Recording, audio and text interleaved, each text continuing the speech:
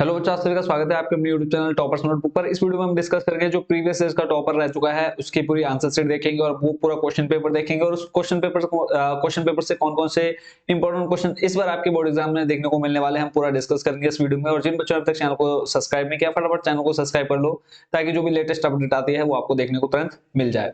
और ये हमारा सेकंड चैनल है जिसको भी हमने कुछ दिन पहले क्रिएट किया है, और जो हमारा मेन चैनल है वो कंबोसर के नाम से है, तो कंबोसर चैनल पर भी जरूर आप लोग विजिट करेंगे। तो जो टॉपर्स हमारे प्रीवियस ईयर का रहा है उसने किस तरह से किस क्वेश्चन का आंसर कितने लाइन में दिया है, अगर 4 नंबर का है 6 नंबर का क्वेश्चन है तो कितने नंबर में उसका आंसर जाएगा, कितने पेज में जाएगा, कितनी लाइन में लिखना है आपने, कितने शब्दों में लिखना है, ये पूरा हम डिस्कस करेंगे। और कौन सा क्वेश्चन इस पर इंपॉर्टेंट रहेगा इस पूरे क्वेश्चन पेपर में जो प्रीवियस ईयर का है। तो ले चलता हूं सीधा आपको स्क्रीन पर, और स्क्रीन पर आप लोग देख पा रहे होंगे प्रीवियस ईयर का एक तरफ पेपर दिख रहा है और एक तरफ आपको दिख रहा है पूरा उसका आंसर शीट। ठीक है, तो पहले तो हम पूरा देखेंगे। देखो, आपका सबसे पहले तो एमसीक्यू टाइप क्वेश्चन आंसर्स आएंगे एग्जाम में। ठीक है, टोटल 8 एमसीक्यू आएंगे और उसके आंसर आपने सिर्फ देख लो किस तरह से लिखना है। सबसे पहले जैसा एमसीक्यू है तो आप सबसे ऊपर देख रहे हैं कि प्रश्न संख्या 1 का उत्तर, इस तरह से आपने पूरा अच्छे से लिखना है। ऊपर देखो, इधर साइड में लिखने का नुकसान क्या है, कभी-कभी क्या होता है आपका पेज नीचे दब जाता है और आंसर ये आपका नहीं दिख पाता है। ठीक है, तो इस चीज का आपने ध्यान रखना है। जैसे ही आपका क्वेश्चन नंबर दे रखा है, तो जैसे क्वेश्चन नंबर फर्स्ट है तो फर्स्ट का आपने लिखा प्रश्न संख्या 1 का उत्तर, इस तरह से लिख देना है। और प्रश्न संख्या 1 के अंदर मान लो आपके पार्ट बने हैं ए बी सी डी करके, तो आप प्रश्न संख्या 1 फिर आप पे पीछे ए बी सी डी जो भी आप लिख रहे हैं उसका आंसर इस तरह से देखो, देखने में भी अच्छा लग रहा है और कितना अच्छा दिख रहा है, चेक करने में भी टीचर को कितनी आसानी होगी इसमें। तो एक तरफ क्वेश्चन के आंसर देखते चलते हैं। एमसीक्यू में तो सीधा आपको आंसर लिखना है, कोई ज्यादा लिखने की जरूरत नहीं, इसलिए हम सीधा पहले इसके आंसर देख लेते हैं एमसीक्यू, फिर अगले क्वेश्चन पर चलेंगे कि वेरी शॉर्ट में आपको कितनी लाइनों में आंसर देना है। तो पहला प्रश्न यहाँ पे निम्नलिखित में से किस प्रांत में सीढ़ीदार खेती की जाती है, ये प्रश्न आप स्क्रीन पर देख पा रहे हैं। तो ऑप्शन है आपके पंजाब, हरियाणा, उत्तर प्रदेश के मैदान या फिर उत्तराखंड। तो इसका आंसर आप सभी को याद है, हो चुका है अभी तक, आई नो उत्तराखंड इसका करेक्ट आंसर है। सेकंड नंबर की बात करें कि निम्न में से कौन सा उद्योग चुना पत्थर को कच्चे माल के रूप में प्रयोग करता है। 4 ऑप्शन है आपके पास, एल्यूमिनियम, सीमेंट, प्लास्टिक या फिर मोटर गाड़ी। और इसका जो करेक्ट आंसर है वो है सीमेंट। देखो, आपने इनको भी याद कर लेना है क्योंकि प्रीवियस ईयर से आपके ज्यादातर क्वेश्चन रिपीट होते हैं और इंग्लिश मीडियम वाले भी नीचे पढ़ते जाएंगे कंटिन्यू। ठीक है, और नेक्स्ट आपका है क्वेश्चन नंबर थर्ड, इनमें से कौन सी एक रेशेदार फसल है। ठीक है, अगर इंग्लिश में बात करें, which of the following is a fibre crop. 4 option आपके, गेहूं, कपास, ज्वार या फिर तिल। और इसका जो करेक्ट आंसर हो जाएगा वो जाएगा कपास यानी कॉटन। नेक्स्ट क्वेश्चन पे चलते हैं आपको लेकर के। अगला प्रश्न है आपका, सरदार सरोवर बांध किस राज्य में स्थित है। इन which state Sardar Sarovar dam is situated. तो इसका आंसर हो जाएगा आपका गुजरात। 4 ऑप्शन थे आपके पास, गुजरात, उत्तर प्रदेश, बिहार या फिर पंजाब। करेक्ट आंसर क्या हो जाएगा, गुजरात। तो ये प्रीवियस ईयर का टॉपर है, तो इस बार जो आपका पेपर आएगा उसमें टोटल आपके 8 एमसीक्यू आएंगे। इस पेपर में आपके 4 एमसीक्यू आपने देखे, बट जो इस बार आपका पेपर आएगा 2023 उत्तराखंड बोर्ड, इसमें टोटल आपके 8 एमसीक्यू आएंगे और 8 ही आपके निश्चित उत्तरीय प्रश्न आएंगे। वेरी शॉर्ट जो क्वेश्चन आएंगे टोटल 8 वो, और 8 आपके एमसीक्यूज आएंगे। तो अभी फिलहाल अभी हम उसको नहीं देखते हैं, जो हमारा ये पूरा आंसर शीट है प्रीवियस ईयर का जो टॉपर है बच्चा उसकी पूरे आंसर शीट देखते हैं। और अब देखो आपके आगे आ जाते हैं वेरी शॉर्ट यानी निश्चित उत्तरीय प्रश्न, और इनका आंसर आप देख रहे हैं किस तरह से और कितनी लाइनों में लिखना है। तो इधर आप पहला प्रश्न देख पा रहे हैं, इसको हम थोड़ा सा और जूम कर लेते हैं ताकि इसको आप और अच्छे से देख पाए। तो पहला प्रश्न आपका, जापान की प्राचीनतम मुद्रित पुस्तक कौन सी, यानी क्वेश्चन नंबर 5। तो इसका सीधा सीधा आंसर हो जाएगा आपका डायमंड सूत्र। ठीक है, यहाँ से सिर्फ आपका पुस्तक का नाम पूछा था तो पुस्तक आपने लिख दी डायमंड सूत्र। और अगर आपको इसका याद है कि कब किस ईस्वी में थी, तो इसका आंसर हो जाएगा 868 ईस्वी में की गई थी। ठीक है, डायमंड सूत्र की रचना अगर आपको ये पता है तो एग्जामिनर आपसे जरूर खुश होगा, क्योंकि वो उसको पता है कि आप मतलब बहुत अच्छे से तैयारी करके आए हो। ठीक है, अगर आपको याद है तब आपने लिख देना, ऐसा नहीं है कि आपको याद नहीं और आप उल्टा लिख करके आ रहे हो, ये चीज नहीं करनी है। अगला प्रश्न है आपका, शहरीकरण से आप क्या समझते हैं, what do you mean by urbanisations. ठीक है, इसका आंसर देख लेते हैं। देखो, शहरीकरण से तात्पर्य यह है कि लोगों का रोजगार व आर्थिक आवश्यकताओं की पूर्ति के लिए नगर, कस्बों व गांवों को छोड़कर शहरों की ओर पलायन करना शहरीकरण कहलाता है। सिंपल सा है कि गांव को छोड़कर शहरों की ओर जाना पलायन करना, या फिर गांव को छोड़कर शहर जाना शहरीकरण कहलाता है। क्लियर है। अगला प्रश्न है, सार्वभौमिक वयस्क मताधिकार से क्या तात्पर्य है। लास्ट में मैं आपको बताऊंगा इनमें से कौन से क्वेश्चन मोस्ट इंपोर्टेंट है। ठीक है, याद रखना है और उन्हीं को आपने अच्छे से प्रिपेयर करके भी जाना है। What is mean by universal adult Francis. ठीक है, तो इसका आंसर हो जाएगा सार्वभौमिक वयस्क मताधिकार। देखो, सार्वभौमिक वयस्क मताधिकार का आशय है कि 18 वर्ष की निश्चित आयु के पश्चात सभी वर्ग के स्त्री, पुरुषों व वयस्कों को मत देने का अधिकार प्राप्त होता है, सार्वभौमिक वयस्क मताधिकार कहलाता है। अगला प्रश्न है आपका HDI का पूरा नाम, right the full name of HDI। Simple सा इसका आंसर हो जाएगा ह्यूमन डेवलपमेंट रिपोर्ट या फिर मानव विकास सूचकांक। नेक्स्ट क्वेश्चन देखते हैं, राष्ट्रीय स्तर पर नाभिकीय आपदा प्रबंधन के लिए कौन सा मंत्रालय उत्तरदायी होता है? Which ministry is responsible for nuclear disaster management on national level? तो इसका आंसर हो जाएगा सीधे राष्ट्रीय स्तर पर नाभिकीय आपदा प्रबंधन के लिए नोडल मंत्रालय एवं गृह मंत्रालय उत्तरदायी होता है। क्लियर है? अगला क्वेश्चन देखते हैं, एनसीसी का पूरा नाम आपको बताना है, फुल फॉर्म ऑफ एनसीसी, इसका होता है नेशनल कैडेट कोर। ठीक है, याद रखना आपने एनसीसी और एनएसएस का पूरा नाम। अगला प्रश्न है आपका, वर्ष 1929 की आर्थिक महामंदी का भारतीय अर्थव्यवस्था पर क्या प्रभाव पड़ा? What impacts did the Great Depressions of year 1929 cast on the Indian economy? अब यहां से आपके लघु प्रश्न यानी शॉर्ट क्वेश्चन से स्टार्ट हो चुके हैं, तो इनका आंसर आप देखेंगे कि वर्ष 1929 की आर्थिक महामंदी का भारतीय अर्थव्यवस्था पर प्रतिकूल प्रभाव पड़ा। जो प्रभाव निम्नलिखित हैं वो है, नीचे आप देख पा रहे हैं, वर्ष 1929 के आर्थिक महामंदी के कारण भारत का आयात निर्यात घटकर आधे हो गए। फिर आप देख पा रहे हैं आर्थिक मंदी का सबसे अधिक प्रतिकूल प्रभाव किसानों व काश्तकारों पर पड़ा, क्योंकि ये विदेशी व्यापार के उपज पैदा करते थे। और लिखने का तरीका आप देखो कि कितने लाइनों में आंसर है और किस तरह से, मतलब कितना बहुत अच्छे से इसको मेंटेन करके लिखा गया आंसर को। ठीक है, कोशिश करेंगे आप भी ऐसे पूरा आंसर देने की। ठीक है, और लास्ट में आप देख रहे हैं कि उपयुक्त तथ्यों को देखकर विवेचना की जा सकती है कि वर्ष 1929 की आर्थिक मंदी भारत के लिए काली रात के समान आई थी। इसी के आगे आपका जो अगला प्रश्न है उसको मैं ले लेता हूं फुल स्क्रीन पर। ब्रेटन वुड्स समझौता का क्या अर्थ है? इसका आंसर आप लोगों आई नो अच्छे से याद किया होगा, ब्रेटन वुड्स समझौता। नेक्स्ट आपका पूर्व औद्योगिकरण से आपका समझते हैं, तो इसका आंसर भी आई नो आप लोग अच्छे से करके आए होंगे। ठीक है, और इसी में देखो आपको जो अगला प्रश्न देखने को मिलेगा वो है 19वीं सदी के यूरोप में कुछ उद्योगपति मशीनों के बजाय हाथ से काम करने वाले श्रमिकों को प्राथमिकता क्यों देते थे? 3-3 नंबर का क्वेश्चन है और बहुत शॉर्ट में क्वेश्चन, मतलब बहुत अच्छे क्वेश्चन हैं। अगर आप इनको याद करेंगे तो शॉर्ट में ही बहुत इनके आंसर आपको देखने को मिल जाएंगे। और अगर हम इसके आंसर की बात करें तो यहाँ पे आप देख पा रहे हैं श्रमिकों को प्राथमिकता इसलिए देते थे क्योंकि मशीनें उन उद्योगपतियों की स्थिति की तुलना कई अधिक मूल्यवान थी। फिर है श्रमिकों को रोजगार प्राप्त हो जाता था और मशीन से उतने उत्तम डिजाइन नहीं बन सकते थे जितने कि हाथ के द्वारा बनाए जा सकते थे। और इसमें आप लोग रीजन बना करके लिख सकते हैं। ठीक है, अगले प्रश्न पर चलते हैं। प्रश्न नंबर 13 है, मुद्रण संस्कृति ने भारत में राष्ट्रवाद के विकास में क्या योगदान दिया? मुद्रण संस्कृति ने भारत के राष्ट्रवाद में क्या योगदान दिया? इसका आंसर देख लेते हैं। प्रश्न नंबर 13 है, पहला है आपका समाचार पत्रों का योगदान। देखो लिखने का तरीका देखो कि किस तरह से यहाँ पर पूरा आंसर लिखा हुआ आपको दिख रहा है ना। पूरा देखो कितनी अच्छी राइटिंग में और किस तरह से डेकोरेट करके इसको लिखा गया। तो पहला है आपका समाचार पत्रों का योगदान, दूसरा है पुस्तकों का योगदान, तीसरा है आपका मुद्रण संस्कृति द्वारा धार्मिक आडंबरों का विरोध। ठीक है, तो लास्ट में देखो जहां पे आंसर खत्म हो रहा है, इस बच्चे ने कितने अच्छे से इसको डिजाइन करके किया कि यहाँ तक मेरा आंसर कंप्लीट है।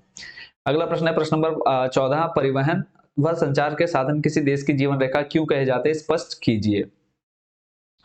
इसका आंसर आप नीचे देख पा रहे हैं, इसमें लिखा है परिवहन व संचार के साधन किसी देश की जीवन रेखा निम्न तथ्यों के आधार पर कहे जा सकते हैं। पहला पॉइंट देखो, इसने पॉइंट वाइज बना के रखा है, सबसे अच्छी बात है। आपने किसी अगर क्वेश्चन का आंसर लिख रहे हो, कोशिश करेंगे कि पॉइंट वाइज उसको एक्सप्लेन करिए आप अपने हर क्वेश्चन के आंसर को।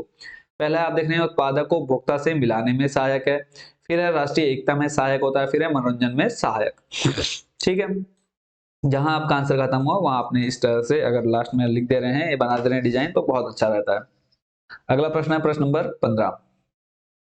क्वेश्चन नंबर 15 है बच्चों, चावल की खेती के लिए उपयुक्त भौगोलिक परिस्थितियों का वर्णन कीजिए। तो पहला है आपका तापमान, तापमान कितना होना चाहिए? 25 से 35 डिग्री सेल्सियस होना चाहिए। फिर है वर्षा, वर्षा आपकी 70 से 75 मिलीमीटर वर्षा होनी चाहिए। मृदा, तो चावल की खेती के लिए उपयुक्त मृदा ढालू मृदा होनी चाहिए।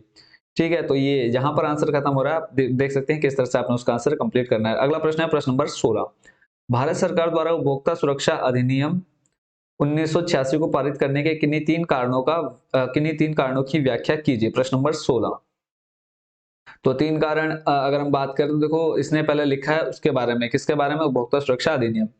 अधिनियम सन 1986 ईस्वी को पारित किया गया, जिससे कोपरा के नाम से भी जाना जाता है। भारत सरकार द्वारा उपभोक्ता संरक्षण अधिनियम पारित करने के निम्नलिखित कारण है। पहला है उचित गुणवत्ता वाली वस्तुओं को प्रदान ना करना।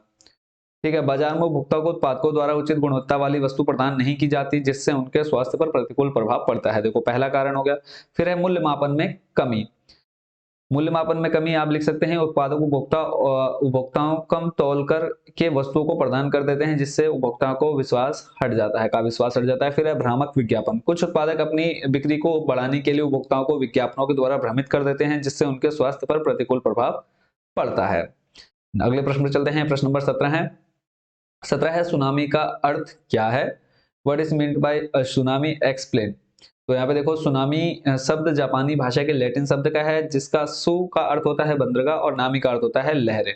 परिभाषा की अगर देखो, लिखने का तरीका देखो आप किस तरह से इसको बहुत अच्छे से एडजस्ट करके लिखा गया है। अर्थात बंदरगाह पर उत्पन्न होने वाली वह विनाशकारी लहरें जिनके द्वारा जनधन की अत्यधिक हानि होती है, सुनामी कहलाती हैं। विशेषताएं क्या है इसकी? सुनामी की लहरें लगभग 15 मीटर ऊंची उठती हैं। सुनामी की लहरें दिन व रात कभी भी उत्पन्न हो सकती हैं। अगला प्रश्न है प्रश्न नंबर 18 है। इसमें बोला है संक्षिप्त में टिप्पणी लिखनी है राष्ट्रीय सूचना केंद्र यानी एनआईसी और एमजी और रेडियो पर आपने क्या लिखना है? टिप्पणी लिखनी है। तो देखो पहला है राष्ट्रीय सूचना केंद्र।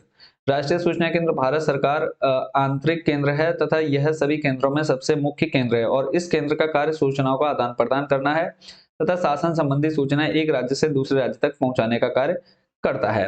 वहीं अगर हम बात करें एमजी और रेडियो की, तो हैम रेडियो। अब देखो आंसर कितने में लिखना है, अगर आप ये आंसर देखेंगे आप अपने मास्टरमाइंड में बुक में बहुत लॉन्ग में आंसर दिया हो, बट आपने ये आपका अगर नंबर की बात करें तो कितने 1.5 मार्क्स के यानी 1.5 नंबर के आपका क्वेश्चन है, तो उतने ही आपने इसमें लाइनें लिखनी है। तो देख रहे हैं आपने कितना आंसर लिखना है इसमें। हेम रेडियो एक विशेष प्रकार का रेडियो है तथा इसका प्रयोग साधारण रेडियो की भांति नहीं किया जाता, अपितु इसका उपयोग गैर व्यावसायिक कार्यों के संबंध में सूचना प्रदान करना है। इस रेडियो के प्रयोग में अधिक विद्युत की आवश्यकता नहीं होती, अपितु इसका उपयोग सेल तथा विद्युत जनरेटरों के द्वारा किया जा सकता है। अगला प्रश्न है प्रश्न नंबर 19। 1779 ईस्वी की फ्रांसीसी क्रांति के परिणामों का विस्तृत वर्णन कीजिए। तो यहाँ पर पहला है फ्रांस की क्रांति के कारण पुरातन व्यवस्था का अंत हो गया। फ्रांस की क्रांति के उपरांत समाज में चली आ रही समानती व्यवस्था का अंत कर दिया गया। फिर है फ्रांस में राजतंत्र का अंत करके गणतंत्र की स्थापना की गई। फ्रांस के चिंतकों ने मानव अधिकारों की घोषणा 27 अगस्त 1789 को कर दी गई। फिर है फ्रांस की क्रांति के उपरांत अन्य देशों की स्वतंत्रता समानता बंधुत्व का विचार प्राप्त हो गया। फ्रांस में नागरिकों के जन्म से संबंधित अधिकारों को समाप्त कर दिया गया। ठीक है, तो टोटल आप यहाँ पे देख पा रहे हैं, आपने कम से कम 6-7 पॉइंट याद कर लेने हैं और अगर आप देखेंगे ये क्वेश्चन आपके लगभग कितने 4 मार्क्स का है, तो 4 मार्क्स में आप इतने ही पॉइंट आपने बना करके लिखने हैं। ठीक है, अगला प्रश्न है टिप्पणी लिखनी है। अब ये 2-2 नंबर के होंगे, सविनय अवज्ञा आंदोलन और जलियांवाला बाग हत्याकांड। ठीक है, टोटल 2-2 नंबर के हैं, तो 2 नंबर में आपने देखना है कितना आंसर आपने लिखना है। तो अगर हम बात करें सविनय अवज्ञा आंदोलन की, आई नो आप सभी इसको अच्छे से प्रिपेयर कर चुके हैं, बट फिर भी एक बार इसको सुन लीजिए। सविनय अवज्ञा आंदोलन की शुरुआत महात्मा गांधी जी के द्वारा 12 मार्च 1930 को की गई, जिसे दांडी यात्रा के नाम से भी जाना जाता है। गांधी जी ने गुजरात के साबरमती आश्रम से अपने 78 कार्यकर्ताओं के साथ इस आंदोलन की शुरुआत की। गांधी जी का इस आंदोलन का मुख्य उद्देश्य यह था कि ब्रिटिश सरकार द्वारा पारित नमक कानून को तोड़ना। गांधी जी का मानना था कि नमक एक ऐसी वस्तु है जो अमीर तथा गरीब दोनों को प्राप्त होनी चाहिए। अब यहाँ पे देखो लिखने का तरीका, ये आपका पूरा ब्लू पेन से लिखा हुआ है, नीले पेन से लिखा हुआ है, बट जो मेन पॉइंट है इसके अंदर उसको इसने ब्लैक पेन यूज किया उसको कलर करने के लिए। तो अगर आप भी इस तरह से डिजाइनिंग करते हैं तो एग्जाम में खुश होकर आपको, अगर कहीं नंबर आपने थोड़ा बहुत गलत भी लिखा है तो वहां पर भी आपको फुल मार्क्स मिल जाएंगे। ठीक है, अमीर तथा गरीब दोनों को प्राप्त होनी चाहिए, इसलिए गांधी जी ने 240 मील की दूरी तय करके 6 अप्रैल 1930 को दांडी नामक स्थान में नमक के पानी को उबालकर नमक बनाया, जो कि नमक कानून के नियमों के विपरीत था। दूसरा इसमें आपका पॉइंट था जलियांवाला बाग हत्याकांड। तो इसका देखो भारतीय लोगों में ब्रिटिश शासन के रॉलेट एक्ट के खिलाफ आक्रोश उत्पन्न हुआ था, जिसके विद्रोह में कुछ कार्यकर्ताओं ने जलियांवाला बाग में सार्वजनिक सभा आयोजन की थी, परंतु ब्रिटिश सरकार द्वारा 12 अप्रैल 1919 को मार्शल लॉ लागू कर दिया गया था, जिसके तहत सार्वजनिक सभाओं में प्रतिबंध लगा दिया गया था, जिसकी सूचना जनता को नहीं दी गई। 13 अप्रैल 1919 को बैसाखी के दिन अनेक लोग बाग में एकत्रित हुए। मार्शल लॉ की कमान सौंपी गई, जिन्हें सर जॉन ने अपने 200 देसी तथा 50 गोरे सिपाहियों को आदेश दिया कि गोलियां चलाएं। उन सैनिकों के द्वारा 10 मिनट तक निहत्थी जनता पर गोलियां बरसती रही, जिससे कई लोग मरे तथा घायल हुए, जिससे संपूर्ण भारत में विद्रोह की लहर दौड़ गई। अगला प्रश्न है शासन के संघीय एवं एकात्मक स्वरूपों में क्या क्या मुख्य अंतर है? उदाहरण से उदाहरण के माध्यम से स्पष्ट कीजिए। अब ये जो क्वेश्चन है आपका लगभग 4 नंबर का है, तो इसमें आपने कितना आंसर कितना लॉन्ग लिखना है वो आप देख पा रहे हैं यहाँ पे। तो अंतर जो है देखो, पहला है शासन के संघीय व्यवस्था में 3 स्तरों की सरकार होती है, केंद्र, राज्य और समवर्ती होती है, जबकि एकात्मक व्यवस्था में एक ही स्तर की सरकार होती है। सबसे बड़ा अंतर यही हो गया। शासन के संघीय व्यवस्था में तीनों सरकारों में शक्तियों का विभाजन किया जाता है, जबकि एकात्मक व्यवस्था संपूर्ण शक्ति का स्रोत केंद्र सरकार ही होती है। शासन के संघात्मक व्यवस्था में केंद्र सरकार की राज्य सरकार को आदेश देने का अधिकार प्राप्त नहीं है, जबकि एकात्मक सरकार को अन्य सरकारों को आदेश देने का अधिकार है। संघात्मक व्यवस्था का कानून लिखित व कठोर होता है, जैसे भारत का कानून लिखित एवं कठोर है, जबकि एकात्मक व्यवस्था में कानून लचीला व अलिखित होता है, जैसे अमेरिका। तो आपने इतने पॉइंट याद करने हैं। अगला प्रश्न अगले प्रश्न पर लेकर के चलते हैं। यहाँ पे अभी मैप का हम लास्ट में देखेंगे। अगला प्रश्न है प्रश्न नंबर 22, नदियों का जल प्रदूषित कैसे होता है और इस प्रदूषण को कम करने के उपाय सुझाइए। या फिर आपका अथवा में आपको दोनों में से एक क्वेश्चन करना था, भारत में कोयले के वितरण का वर्णन कीजिए। तो इस बच्चे ने जो किया है वो 22वां नंबर किया है, नदियों का जल प्रदूषित होने के कारण। नदियां हमारी जीवनदायिनी होती हैं तथा नदियों से हमें पीने योग्य जल प्राप्त होता है। भारत की राष्ट्रीय अर्थव्यवस्था नदियों पर ही आश्रित है, परंतु हम फिर भी अपनी दैनिक व मानवीय गतिविधियों के कारण हम नदियों को प्रदूषित करते हैं। नदियों में अपशिष्ट पदार्थ व विभिन्न प्रकार रसायनों का विशिष्ट निर्वाह करके नदियां प्रदूषित होती हैं।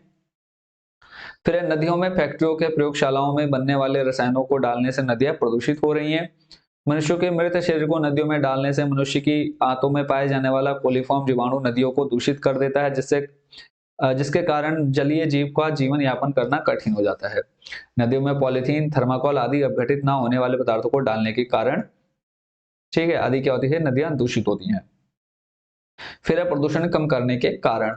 तो यहाँ पे आप प्रदूषण कम करने के कारण आप खुद बना करके लिख सकते हैं, बाकी आप चाहे तो यहाँ पर इसको पूरा अच्छे से पढ़ दीजिएगा। बाकी यहाँ पे देखो लिखा है सेव द वाटर, बहुत अच्छे से देखो इस बच्चे ने कितना अच्छे से पूरी आंसर शीट को भर रखा है और कितने अच्छे से एक एक चीज को सेट कर रखा है। अगर आपको मार्क्स अच्छे लेने हैं तो लिखने का तरीका आप लोग यहाँ पे अच्छे से देख पा रहे हैं। अगला प्रश्न है लोकतंत्र किन परिस्थितियों में सामाजिक विविधता को संभालता है और उनके बीच सामंजस्य बैठाता है। क्वेश्चन नंबर 23 है, इसका आंसर आप यहाँ पे पूरा पढ़ लीजिएगा। देखो बहुत ही अच्छे तरीके से यहाँ पर लिखा हुआ है, ठीक है, तो इसको आपने बहुत अच्छे से प्रिपेयर कर लेना। बाकी ये आपको पूरी आंसर शीट हमारा जो टेलीग्राम चैनल है कंबोज सर के नाम से, आप टेलीग्राम अगर चलाते हैं तो टेलीग्राम पर आपने कंबोज सर टाइप करना है और चैनल को ज्वाइन कर लेना। वहां पे आपको ये पूरी पीडीएफ के रूप में मैं आपको प्रोवाइड करा दूंगा। अगला प्रश्न है इसमें, भारतीय लोकतंत्र के विकास में जाति, धर्म एवं लैंगिक मसले किस प्रकार अवरोध हैं, उदाहरण सहित समझाइए। प्रश्न नंबर 24 यहाँ पे आप देख पा रहे हैं, जाति सबसे पहले। तो जाति है, लोकतंत्र में जातिवाद एक ऐसा विषय है जो लोकतांत्रिक बिंबों के लिए घातक होता है। जाति के आधार पर लोकतंत्र में प्रतिनिधि का चुनाव भी जातिवाद के आधार पर होता है और लोगों में छुआछूत और ऊंच नीच की भावना जागृत होती है। उदाहरण, एक उच्च जाति का पुरुष है, वह निम्न जाति के पुरुष के हाथ का पानी नहीं पीता और निम्न जाति का होने के कारण उसे मत नहीं देता है। तो ये आप रीजन भी लिख सकते हैं यहाँ पे। फिर है धर्म, लोकतंत्र की प्रगति के मार्ग में धर्म सबसे बड़ा अवरोधक है। इसके द्वारा सांप्रदायिकता का भाव उत्पन्न होता है तथा धर्म अंधता का जन्म होता है। धार्मिक आधार पर लोकतंत्र में सामाजिक विभाजन हो जाता है और विपरीत धर्म के व्यक्तियों में ईर्ष्या, द्वेष व वैमनस्यता के भाव जागृत होने लगता है और इसके द्वारा हिंसक घटनाएं देखने को मिलती है। इसका एक अच्छा उदाहरण है भारत पाकिस्तान के विभाजन से, जो कि धार्मिक आधार पर है। ऐसे ही लैंगिक है, लैंगिक आप देखते हैं स्त्री और पुरुष में क्या जो जो अंतर रहता है वो आप यहाँ पे पूरा पढ़ पाएंगे। अगला प्रश्न है प्रश्न नंबर 25, लोकतंत्र में राजनीतिक दलों की अहम भूमिका का विस्तार से वर्णन कीजिए। राजनीतिक दल की अगर हम बात करें तो अगर हम बात करें लिकांग के अनुसार क्या है, राजनीतिक दल एक ऐसा संगठन है जो सत्ता को प्राप्त करने के लिए संगठन के रूप में कार्य करता है। लोकतंत्र में राजनीतिक दलों की अहम भूमिका का विचार निम्न तथ्यों के आधार पर किया जा सकता है। पहला आप है जनमत का निर्माण, आप यहाँ पे देख पा रहे हैं, ठीक है, इसके अंदर आप पढ़ लीजिएगा। फिर है लोगों को राजनीति की शिक्षा देना, ये है इसके अंदर। फिर है उचित प्रतिनिधि का चुनाव, फिर समाचार पत्रों पर नियंत्रण। ये आप सारे पॉइंट आप बना करके लिखेंगे। और ये जो क्वेश्चन है आपका कितने नंबर का है, 4 नंबर का। और आप देख पा रहे हैं आंसर कितने ही कम शब्दों में पूरा आंसर आपको यहाँ पे पूरे नंबर दिला करके जाता है। फिर आपका प्रश्न नंबर 26 है, प्राथमिक कृषि क्षेत्र से प्रच्छन्न बेरोजगारी समाप्ति के लिए किए जा सकने वाले उपायों की व्याख्या कीजिए। तो इस पूरे का आंसर यहाँ पे हम पढ़ लेते हैं एक बार। प्राथमिक क्षेत्र से प्रचंड बेरोजगारी की समाप्ति के लिए निम्नलिखित उपाय हैं। पहला है आपका अधिकतर कृषि ग्रामीण इलाकों में की जाती है क्योंकि वहां के युवकों के लिए आय के कोई अन्य साधन उपलब्ध नहीं है कृषि के अलावा, इसलिए ग्रामीण क्षेत्रों में रोजगार की व्यवस्था की जानी चाहिए। फिर है कृषि के आधुनिकीकरण के लिए नवीन औजारों को उपलब्ध कराना चाहिए। फिर है तथा ग्रामीण क्षेत्रों में प्रचंड बेरोजगारी को समाप्त करने के लिए नए कुटीर उद्योगों की स्थापना करनी चाहिए। फिर है बैंकों में किसानों व मजदूरों के लिए ऋण की व्यवस्था की जानी चाहिए। अगला प्रश्न आपका वस्तु विनिमय से आप क्या समझते हैं, इसकी प्रमुख कठिनाइयों का वर्णन कीजिए। वस्तु विनिमय यानी किसी भी वस्तु का आदान प्रदान वस्तु विनिमय कहलाता है। अब इसमें क्या क्या कठिनाइयां आती हैं उसको हम देख लेते हैं।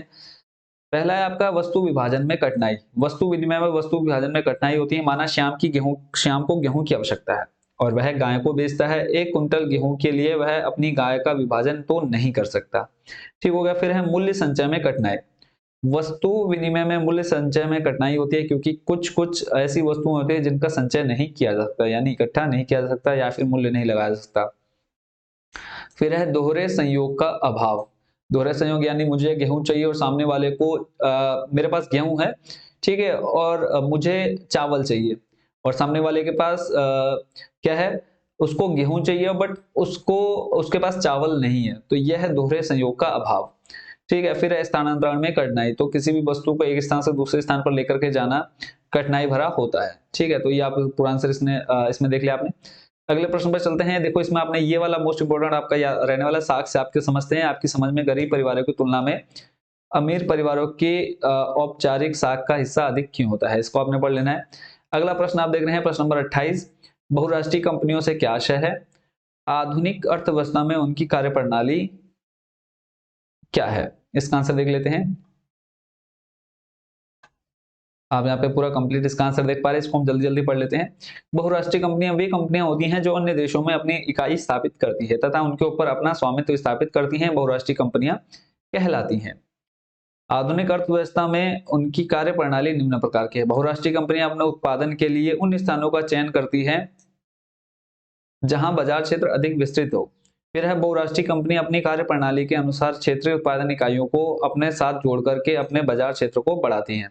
फिर है बहुराष्ट्रीय कंपनियों के द्वारा वैश्वीकरण में वृद्धि होती है तथा आयात निर्यात बढ़ता है। फिर है बहुराष्ट्रीय कंपनियों के द्वारा सभी देशों को अपनी आर्थिक स्थिति अच्छी करने का अवसर प्राप्त होता है। बहुराष्ट्रीय कंपनियों के द्वारा देश में उदारीकरण व्यवस्था लागू होती है उदारीकरण व्यवस्था का अंत होता है। फिर है भारत में 1991 में उदारीकरण व्यवस्था का अंत हुआ। तो इतने क्वेश्चंस आपके जो थ्योरी वाले थे। फिर आपका मैप आता है 29 नंबर में। देखो 29 नंबर में आपको देख रहे फिर आपके देखो नोट आपको 29 नंबर के अथवा में जो बच्चे दृष्टिहीन होते हैं उसको ये नीचे वाले क्वेश्चन करने होते हैं। जो बच्चे हमारे बिल्कुल फिट हैं तो उनको क्वेश्चन नंबर जो 29 है उसमें दिए गए क्वेश्चंस का आंसर देने हैं। यहाँ पे अब आप जो पहला प्रश्न देख रहे हैं वो है नीचे दिए गए भारत के राजनीतिक रेखा मानचित्र पर उन 2 राज्यों की पहचान कर उन राज्यों के नाम लिखिए जहां निम्नलिखित घटनाएं हुई। पहली आपकी देश की पहली जूट मिल लगाएगी। तो अब मैं आपको मैप वाले क्वेश्चन पर लेकर के चलता हूं और मैप वाले क्वेश्चन में पहले मैप को मैं यहाँ पर ओपन कर लेता हूं। तो पहला क्वेश्चन, ये मैप की वीडियो मैं आपको ऑलरेडी प्रोवाइड करा चुका हूं, जिन बच्चों ने अब तक नहीं देखी फटाफट जाकर के उसको अच्छे से देख लीजिए। ठीक है, तो इसको मैं लेकर के चलता हूं मैप वाले क्वेश्चन पर। ये रहा हमारा मैप। तो यहाँ पर देख रहे हैं आप, देश की पहली जूट मिल लगाई गई। कहां पर लगाई गई देश की पहली जूट मिल? पश्चिम बंगाल में लगाई गई। तो इस जगह पर आप देखो पश्चिम बंगाल शॉर्ट में लिख दिया। फिर एक लाइन से आपने खींच दी, लाइन खींच करके आपने पूरा यहाँ पर दिखा दिया देश की पहली जूट मिल। ठीक है, और रानीगंज। उसके बाद फिर अगला प्रश्न है 1912 में भारत का पहला लौह एवं इस्पात संयंत्र स्थापित किया गया। ठीक है, तो भारत का पहला लौह इस्पात कहां पर स्थापित किया गया? झारखंड में। तो आप यहाँ पे देख पा रहे हैं झारखंड लिख दिया। फिर यहाँ पे आपने दिखा दिया इस तरह से भारत में प्रथम लौह एवं इस्पात संयंत्र। ठीक है, फिर आपका है नीचे दे रखे जो क्वेश्चन है जैसे गा घा अड़ा 4 नंबर है, इसको आपने चिन्ह से दिखाना है। तो रानीगंज कोयला उत्पादन क्षेत्र को आपने इस चिन्ह से दिखाना है, टिहरी बांध को आपने इससे दिखाना है। अब आपको पहले ये पता होना चाहिए कि रानीगंज कोयला उत्पादन क्षेत्र कहां पर स्थित है। ठीक है, तो वो आपका कहां पर है? अगर हम रानीगंज कोयला उत्पादन क्षेत्र की बात करें तो ये आपका पश्चिम बंगाल में, तो इसको आपने इस तरह से दिखा दिया, रानीगंज दिखा दिया। फिर आपका टिहरी बांध परियोजना, टिहरी बांध परियोजना आपकी उत्तराखंड में, तो उत्तराखंड में देखो आपने सेम चिन्ह यहाँ पर बना दिया। ठीक है, फिर उसके बाद अगला प्रश्न है तारापुर आणविक केंद्र, इसको सिंपल आपने डॉट कर दिया है, तो ये आपका तारापुर कहाँ पे हो गया? महाराष्ट्र में।